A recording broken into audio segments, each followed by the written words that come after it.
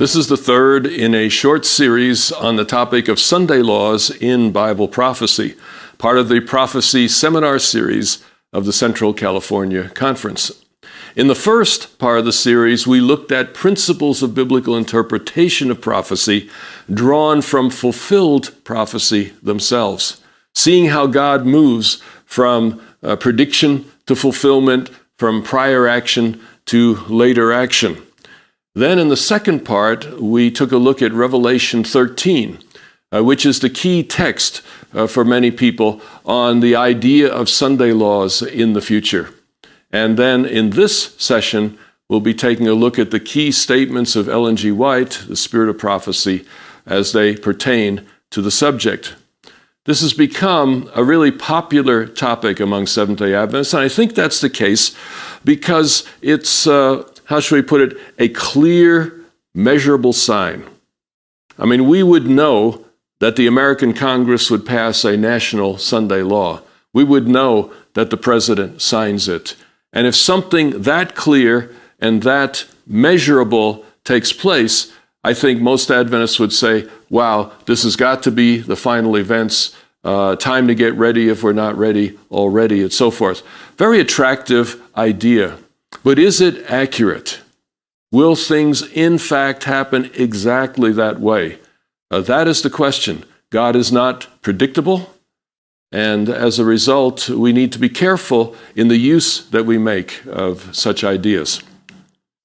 So let's take a look at the evidence from the Spirit of Prophecy, but before we do, let me repeat the prophetic principles that we discovered in the first session of this series of 3. God is consistent. God is not predictable. God is creative. God meets people where they are. God spiritualizes history. And God uses the language of the prophets past and present to describe that future. Fulfillments are clearest as or after they occur. And finally, being aware of the distinction between classical and apocalyptic prophecy. And we concluded that Ellen White's style of prophecy is classical rather than apocalyptic, and we'll do a little bit more work on that as well. We concluded the previous session by noting that the biblical evidence does not speak of Sunday as such, but it speaks about a counterfeit of the Sabbath being critical to the mark of the beast at the end of time. And we noted there's 4 possibilities, 4 options for a counterfeit. One would be a different day than the Sabbath, and Sunday would be an example of that. A second option is that every day is a Sabbath, which would mean that no day would have special significance. The third is that no day is the Sabbath. Sabbath was simply abolished by Jesus, and therefore we can worship on any day that we choose. And finally, some sort of legislation to forbid Sabbath keeping would be option number 4. So within exegesis of the biblical text, you do have options for understanding what the mark of the beast will actually turn out to be. When you get to the writings of Ellen White, however, things get much more specific. And I'd like to look carefully with you at about 5 major statements she makes about Sunday laws and the significance that they have for the topic. In Great Controversy, page 573, is the following statement, which you will see on the screen. In the movements now in progress in the United States to secure for the institutions and usages of the church the support of the state, Protestants are following in the steps of papists. I just stopped there for a moment and notice she says movements now in progress in the United States. Remember when we talked about prophetic principles, that classical prophets are speaking to an immediate situation. There were things going on in the United States at the time she wrote that she felt were significant in relation to Revelation 13. Going down a bit further, it says that which gives greater significance to this movement is the fact that the principal object contemplated is the enforcement of Sunday observance, a custom which originated with Rome and which she claims as the sign of her authority. All right, so Ellen White said that the object of the events taking place in her day was the enforcement of Sunday observance. So in this particular passage, the key from her understanding is that the mark of the beast, the counterfeit of the Sabbath, would be the enforcement of Sunday observance. All right, another statement in Great Controversy is also helpful.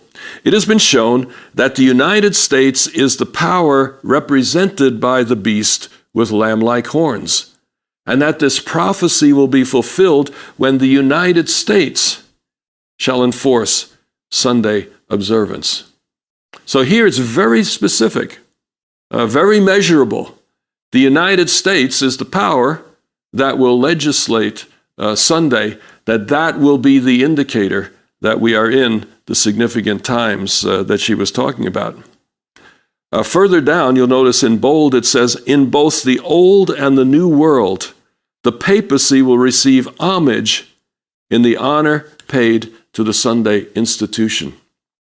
So Ellen White here suggests that not just the United States would enforce Sunday observance, but that this would also take place in the old world, as she called it, which is Europe. So Sunday legislation could be expected not just in the United States, but also in Europe. And then toward the end, since the middle of the 19th century, students of prophecy in the United States have presented this testimony to the world. In the events now taking place is seen a rapid advance toward the fulfillment of the prediction. Now remember, in our principles of prophecy, that classical prophecy is always a natural extension of the prophet's time and place. The language here fits that perfectly. In the events now taking place is a rapid advance toward fulfillment of the prediction. A third statement, also from Great Controversy, page 592. The dignitaries of church and state will unite to bribe, persuade, or compel all classes to honor the Sunday. Notice there are multiple methods, not just forcing people to worship on Sunday, but seeking to persuade them to do so, to bribe them if necessary to do so. So the whole idea is getting people to comply, hopefully from the heart, but if necessary, simply as a self-defense. The lack of divine authority will be supplied by oppressive enactments. Political corruption is destroying love of justice and regard for truth, and even in free America, rulers and legislators, in order to secure public favor, will yield to the popular demand for a law enforcing Sunday observance. So here, I think it's very, very clear. We're talking about the United States, and we are talking about in the United States, there will be legislation at the national level. There's been legislation at the local level for centuries, but at a specific point in time, legislation at a national level will be kind of the trigger that the events of Revelation 13 are coming to be fulfilled.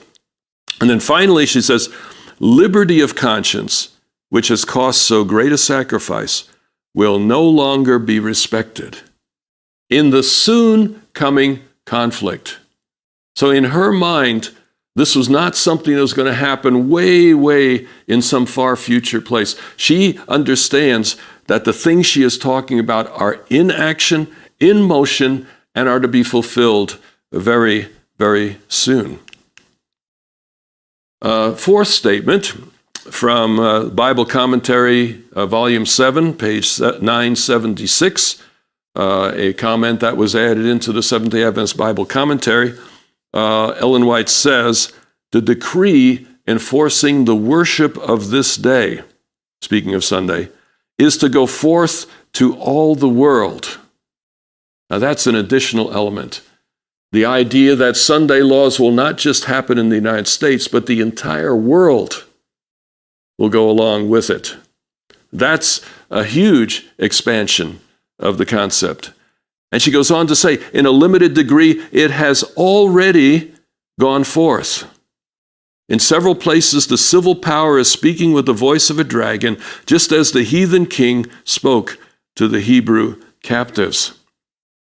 So here she says that this worship of Sunday is something that, to a degree, is already happening around the world. It's part of her understanding at this point in time.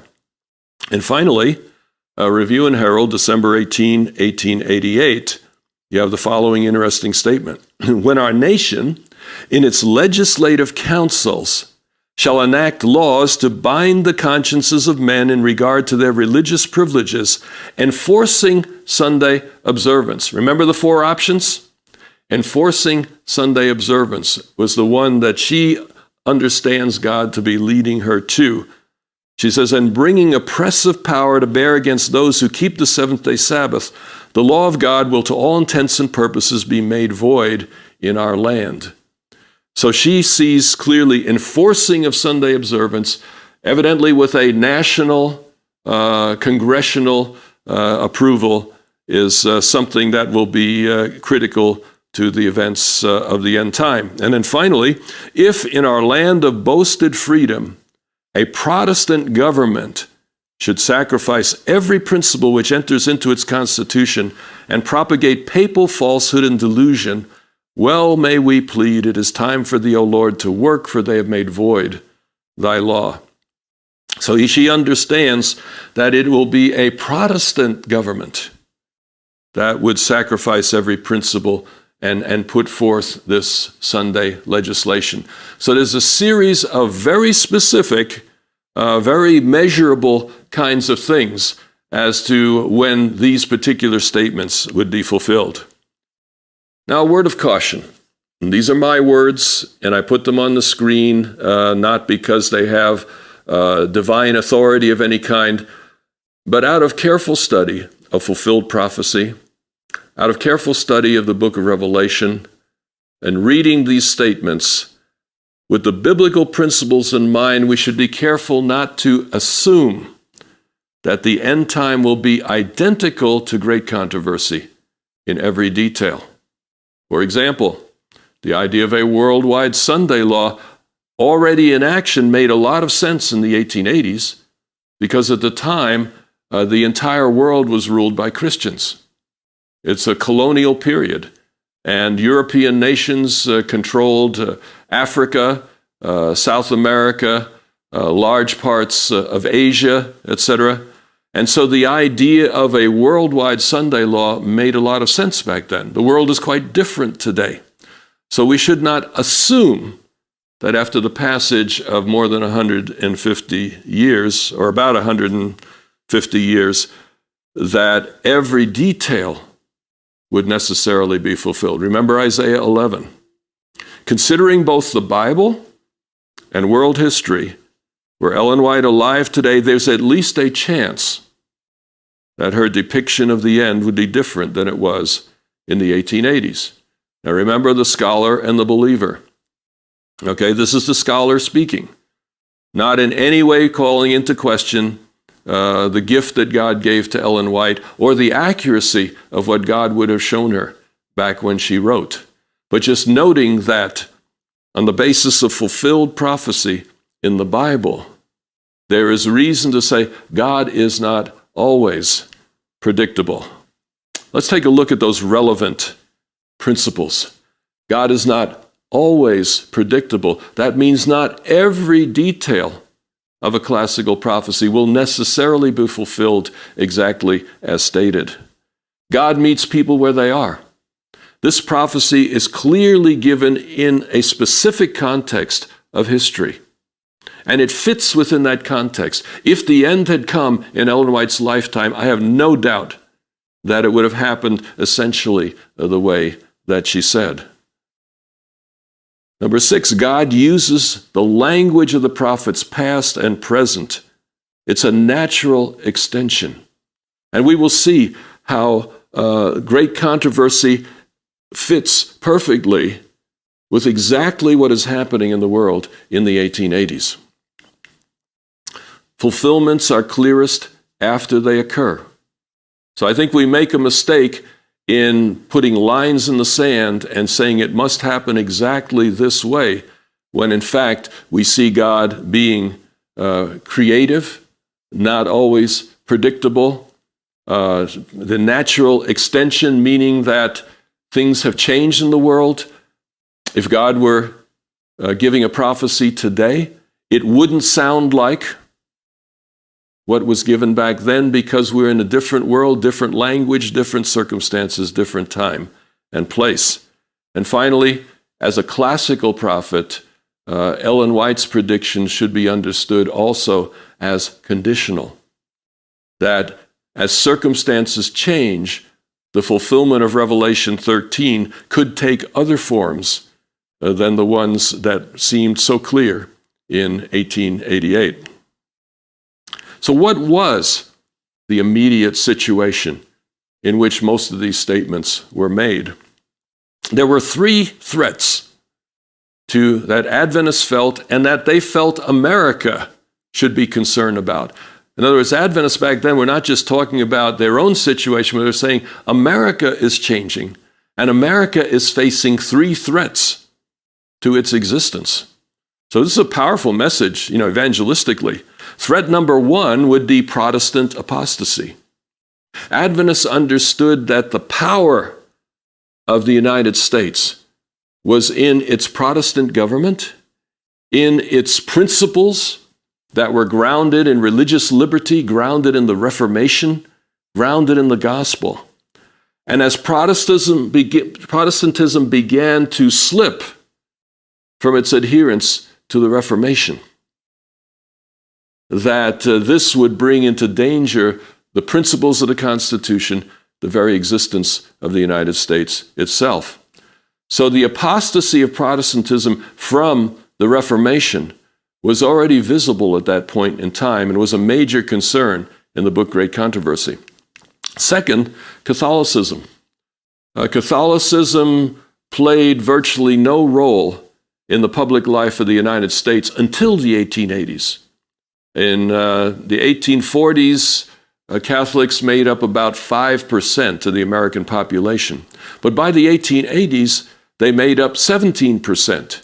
Immigration from Ireland and Italy and Spain and Poland began to bring in large numbers of Catholics. Up until that time, Catholicism had not played a role in the public square in the United States.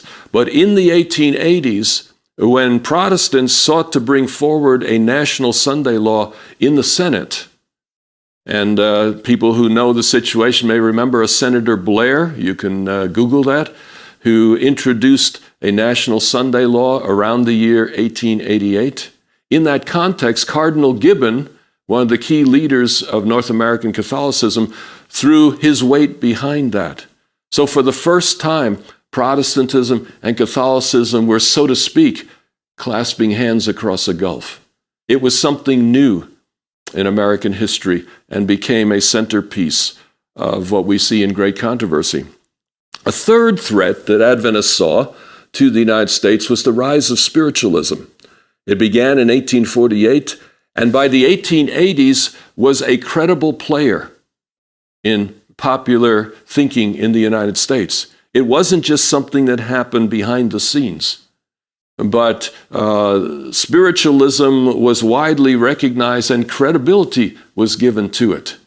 And so when Ellen White speaks about Protestantism reaching its hand across the gulf to grasp Catholicism and spiritualism, a threefold unity, that is a beautiful description of exactly the political situation of the United States in the 1880s when the Sunday law was introduced. So Protestants, of course, were reacting to all of this. They were concerned, many Protestants were concerned that the United States was losing its character, was losing the principles that had made it great. And the reaction was twofold.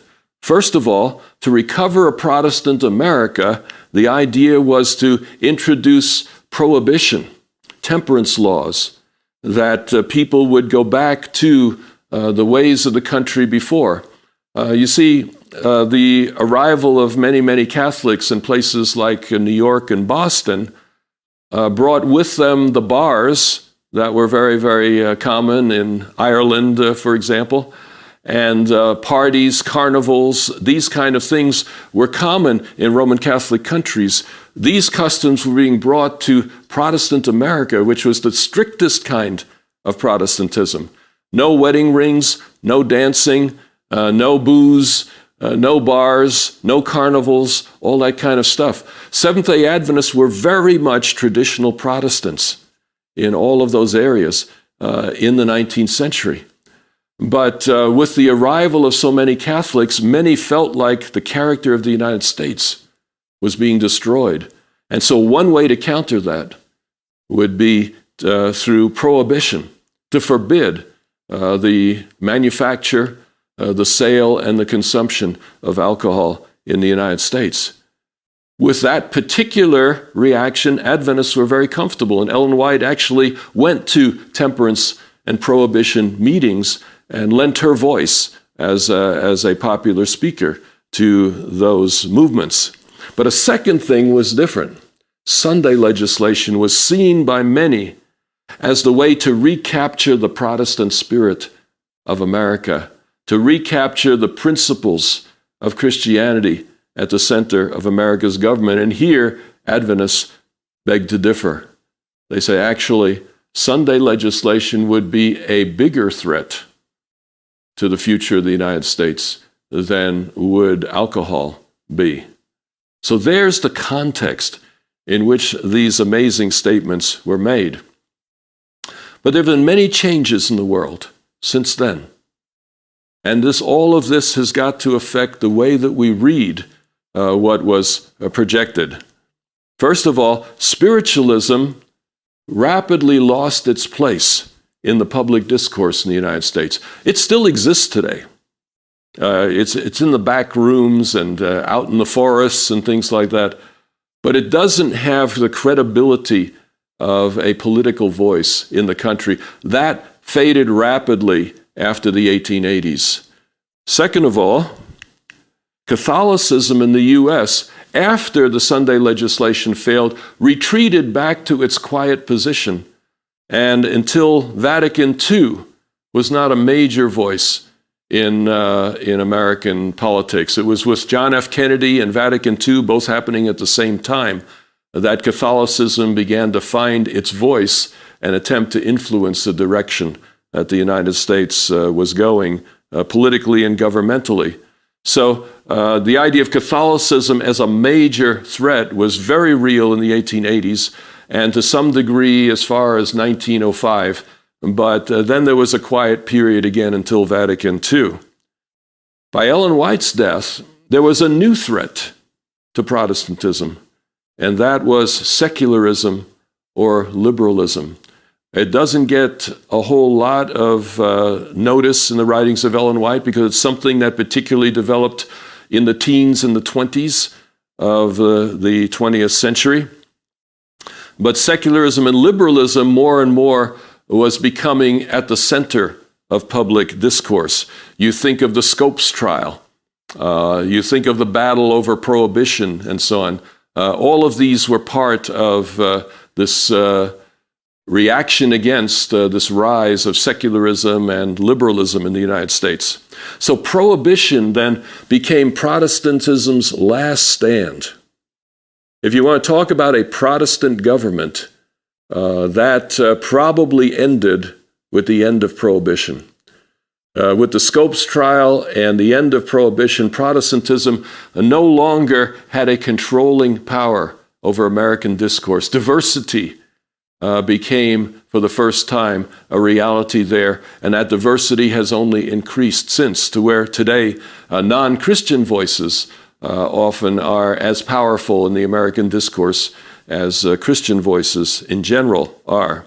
And finally, another major shift in the world is the end of colonialism. In Ellen White's day, most of the world was ruled by Christians. Most of the world could conceivably have moved in the direction of Sunday legislation. Today, 2/3 of the world is made up of non-Christian leadership. And that is a very different picture than it was before. So the question is, if Ellen White were alive today, would she still be talking about Sunday laws? And if so, in what way would she be talking about them? How would these things work out in today's world? Let's take a look again at the evidence of Ellen White herself, the statements that we have read. She says, movements now in progress.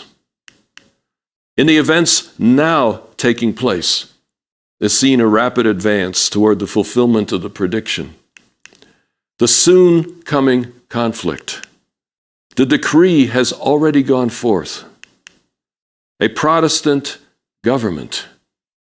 You see, all of those things make sense in around 1888 to 1890, when there was national legislation to promote the worship of Sunday in the United States Senate. And the possibility of such a law nationwide was seen to be real. So the evidence of Ellen White herself, she's talking about the near future. She's talking about a world that was very real in the 1880s, but no longer exists today. It's no longer a Protestant government. It's no longer a world in which spiritualism is at the top of the radar and the agenda. It's no longer a colonial world.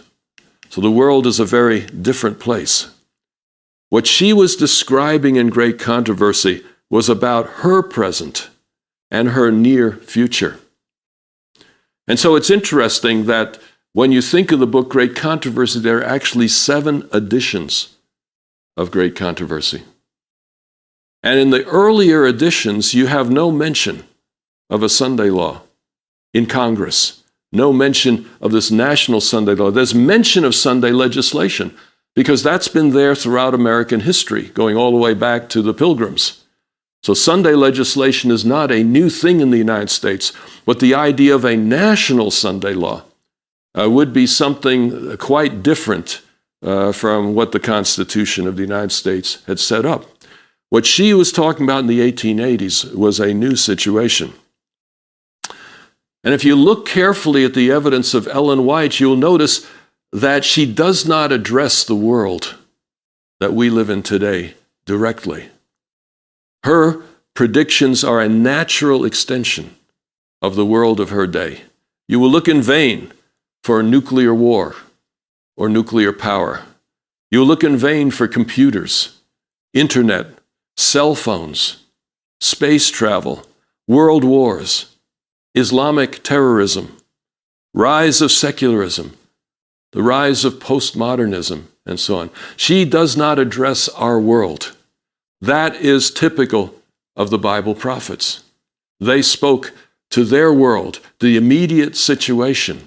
And there are principles there that we can extrapolate for the end of time. But these are usually not the kind of specific, measurable, actionable statements that would give us a chart of specific events at the end.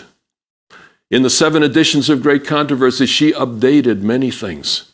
She changed a number of things as circumstances changed. That's what we see in the biblical prophets. Isaiah was a prophet for 60 years, much like Ellen White.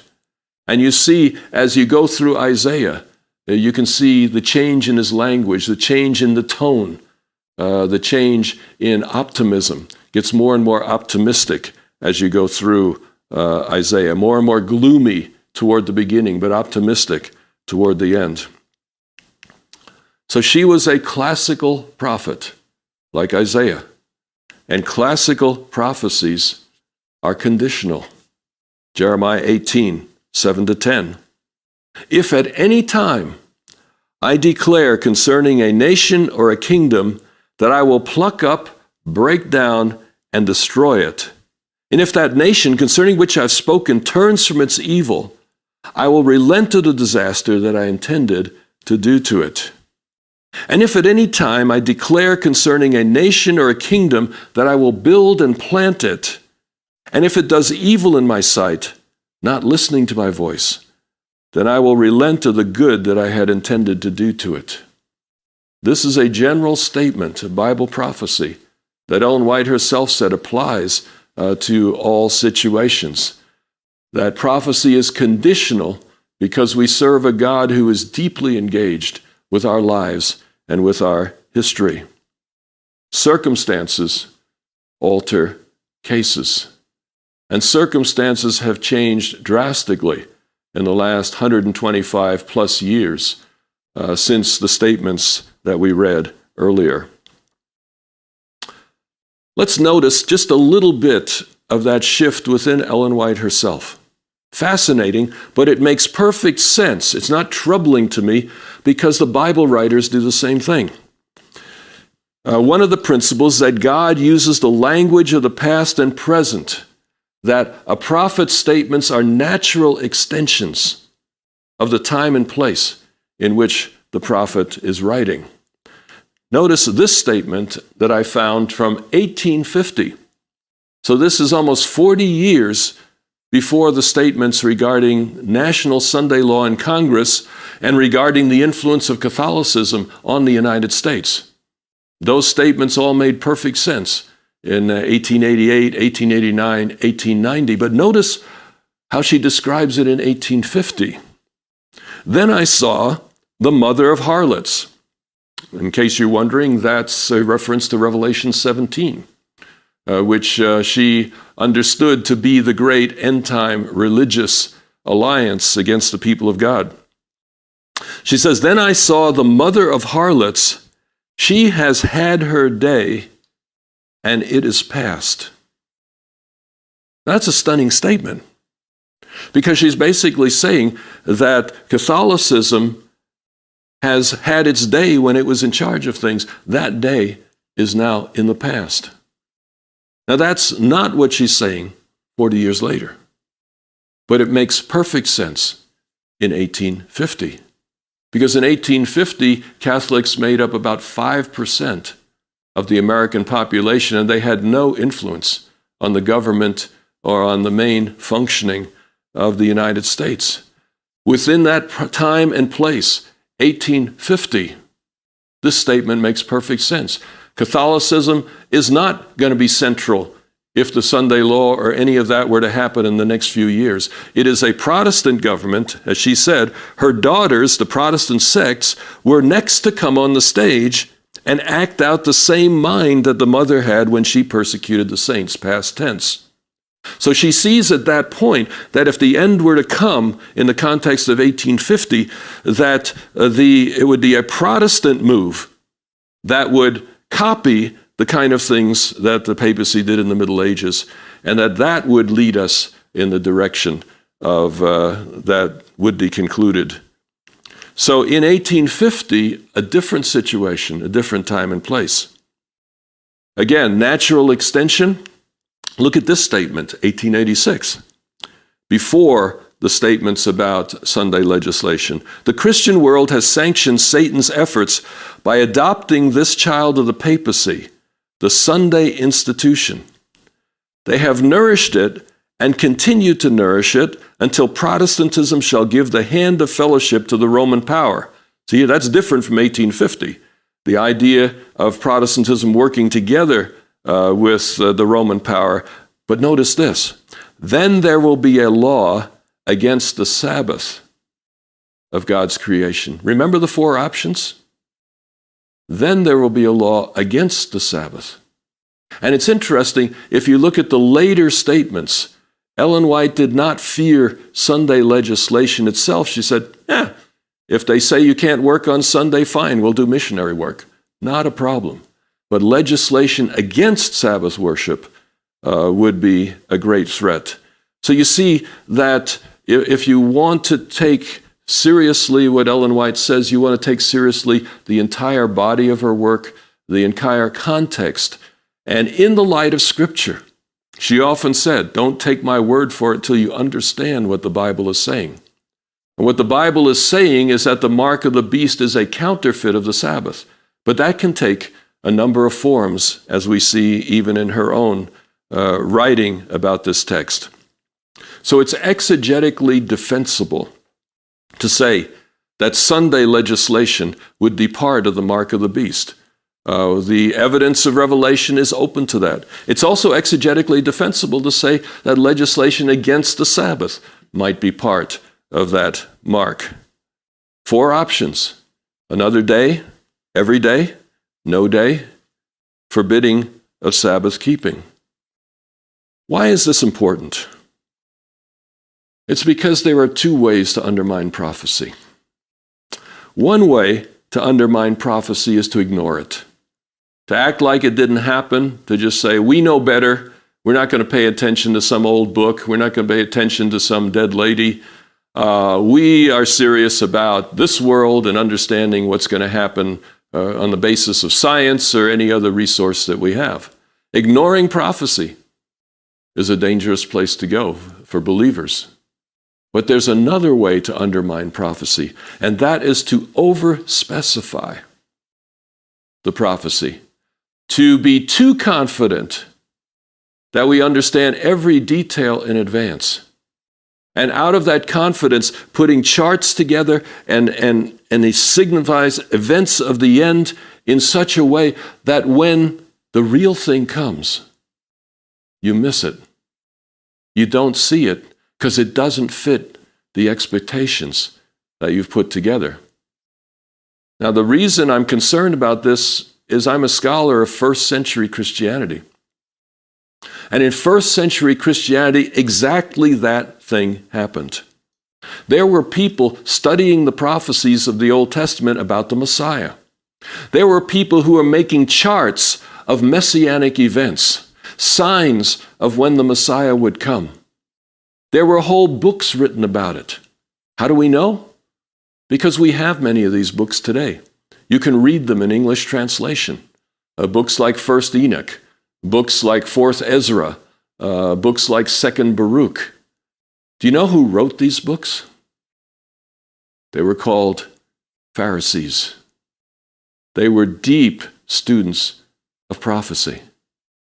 But when Messiah came, they rejected him because he didn't fit their expectations.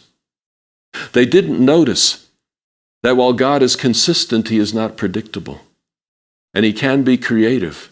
And he meets the prophet in the prophet's time and place. And the prophecies are a natural extension. After all, the messianic prophecies say Jesus will be a king like David. Well, how is he a king like David?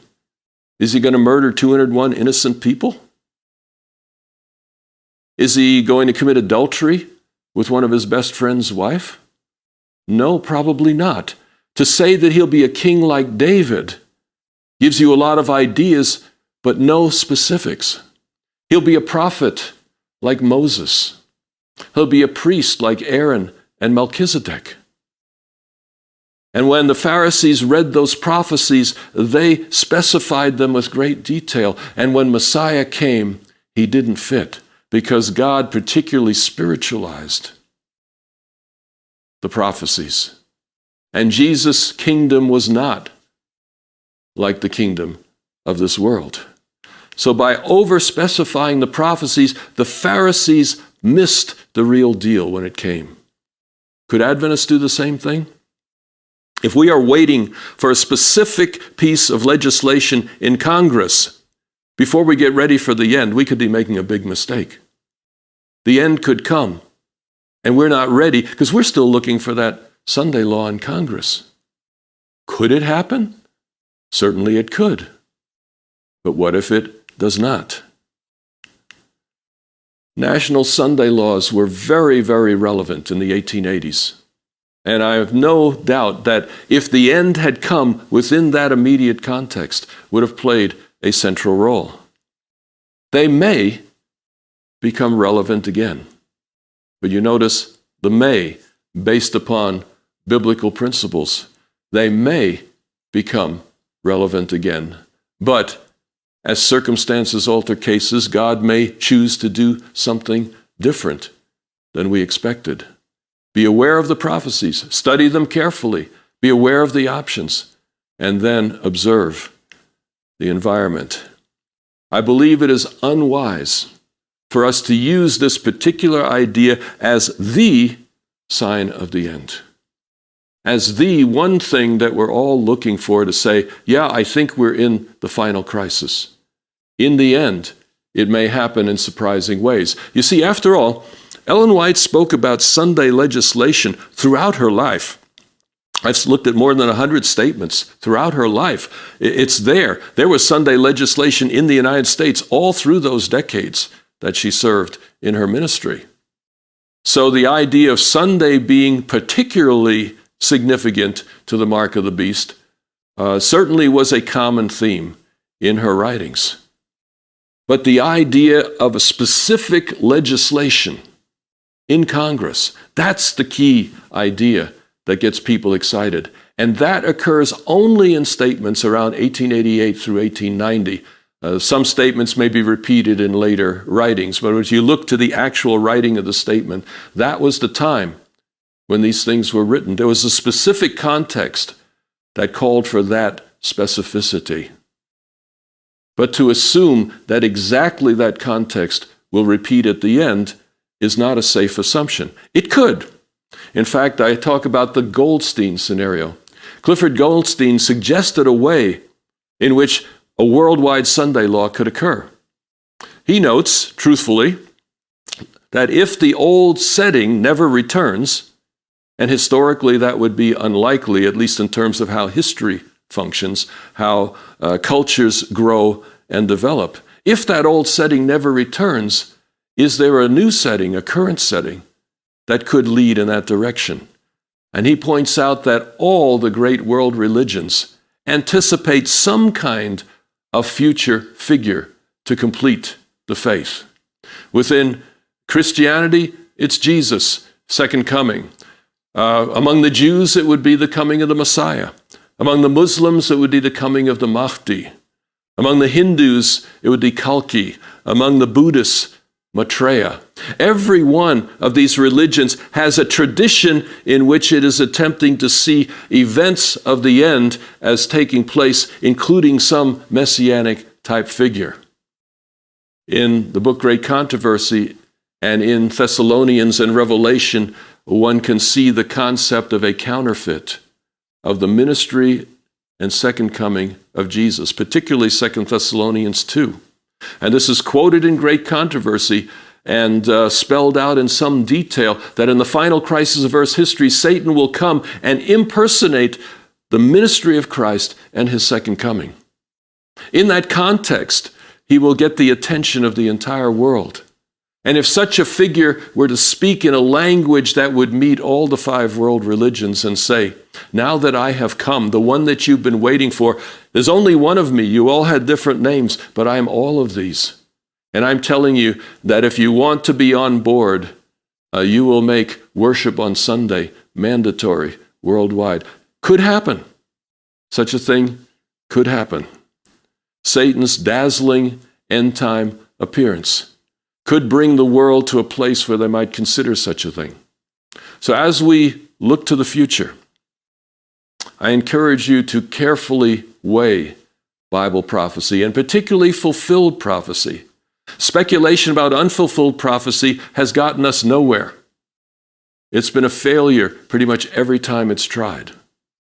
But when the prophecy is fulfilled, you will understand the hand of God. So weigh the biblical writings, weigh the spirit of prophecy carefully, especially with the light of the larger principles we've been talking about. Carefully weigh events in today's world. Unfortunately, that's getting harder and harder to do, as truth itself is harder to find. You have one statement here, a contradictory statement. Both sides claim the evidence that supports their side. It's harder and harder for people to understand today's world. It's easy for people to speculate and create conspiracy theories by ignoring some of the evidence that is there. So carefully weigh these things, and above all else, wholehearted prayer as we approach the end. We need prayer as we've never prayed before, study as we've never studied before, as we face the challenges of a world like we've never seen before. So I'd like to close with prayer as we conclude this three-part series on Sunday laws and prophecy. Lord, I thank you for Jesus. I thank you for the Bible that, read as a whole, gradually transforms us into your image. I pray that you might do so more and more, and particularly guide our curious minds as we seek to understand the future. Help us to see the large principles. Help us to see your character, which is truly at the heart of it all. And when the day comes that you truly return, may we all be found faithful. It's my prayer in Jesus' name. Amen.